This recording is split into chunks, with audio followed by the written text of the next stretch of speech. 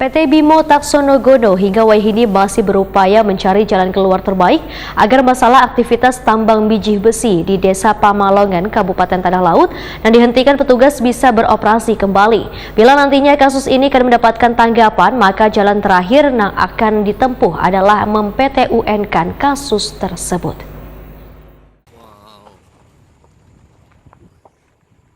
PT Bimo Taksonogono hingga ini masih berupaya mencari jalan keluar terbaik agar masalah aktivitas tambang biji besi di Desa Pamalongan, Kabupaten Tanah Laut nang dihentikan petugas bisa beroperasi kembali. Direktur PT Bimo Taksonogono Bambang Trigunadi Wetakuni Prima TV Jelang Tengah hari Selasa 12 Juli 2022 memandahkan walaupun kasus masalah pertambangan biji besi di Desa Pamalongan ini sudah sampai ke Bareskrim Mabes Polri Jakarta, dan kasusnya sudah berproses serta masih menunggu hasil penyelidikan, namun pihaknya terus berupaya mencari jalan keluar terbaik supaya aktivitas tambang biji besi ini bisa berjalan baik dan bisa meningkatkan perekonomian warga di sekitar.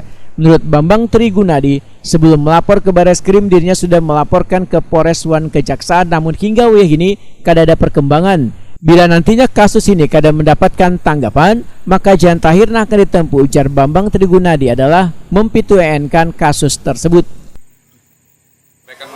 Tadi saya lagi nunggu PD Kaltala mau ngajak dana apa enggak. Kalau dia nggak mau, ya saya tetap nuntut. Saya kan nuntut keadilan, Pak. Ya saya kan PT-UN-kan gitu. Itu jalan terakhir, Pak. Kapan itu, Pak? Saat laporan ke Bareskrim itu gimana, Pak? Baru dipantau, Pak. Saya lagi nunggu kabar lagi. Belum selesai, Pak. Itu lagi lanjut. Jadi upaya terakhir itu ke PT-UN? Ya. Mau nggak mau. Boleh disebutkan lagi, Pak, jalan terakhir yang akan pian tempuh? Jalan terakhir tempuh, ya saya akan saya PT-UN kan gitu, Pak. Itu jalan terakhir, Pak.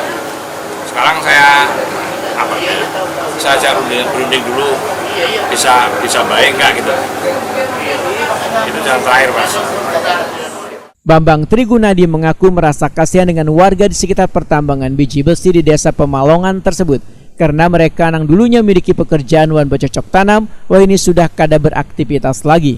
Ya, masyarakat sekitar tambang itu kan memang itu kewajiban ya, Pak. Itu kan semua pada ikut kerja. Nah, kalau cari skill ya namanya orang di gunung, Pak, skillnya nggak ada. Itu kan kita mesti maklum ya. Sekarang siapa lagi yang mau tahu dengan mereka kalau nggak kita sendiri kan, Pak.